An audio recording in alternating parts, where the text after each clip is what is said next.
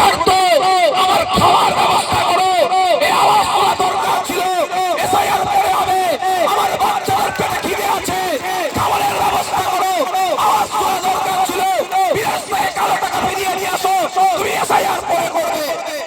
কিন্তু আপনাকে আমাকে কি করেছে? আপনি হিন্দু, ইনি মুসলমান, ভেঙে দিয়েছে। আপনাকে এক জায়গায় হতে দেয়নি তো।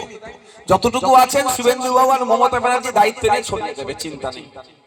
যতটুকু আমরা আছি একসাথে হিন্দু মুসলমান কাঁধে কাঁধ মিলিয়ে মমতা ব্যানার্জি আর শুভেন্দু অধিকারী শেষ করে দেবে। আমি আপনাকে বলছি, যতদিন এদেরকে রাজনৈতিকভাবে এদেরকে সম্মান দেবে, এরা শেষ করে দেবে। কিভাবে?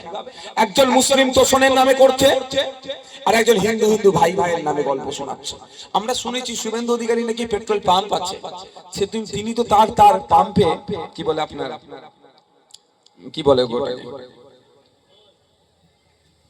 হ্যাঁ, পাম্পের সামনে যারা তেল নিতে যাচ্ছে বড় করে ব্যানার লিখে দিতে পারে তো, হিন্দু হিন্দু ভাই ভাই, মুসলমানের জন্য তেল বিক্রি নাই। পারবে? তখন হিন্দু হিন্দু ভাই ভাই নয়।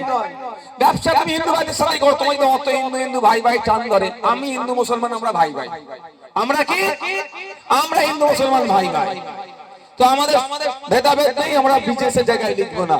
তোমার মতো যদি এত ভেদাভেদ এসে যায় তাহলে তুমি লিখে দাও পারবে, তার বেলায় লিখবেন। আর পাবলিক, সাধারণ সহজ সরল পাবলিককে কি করছে?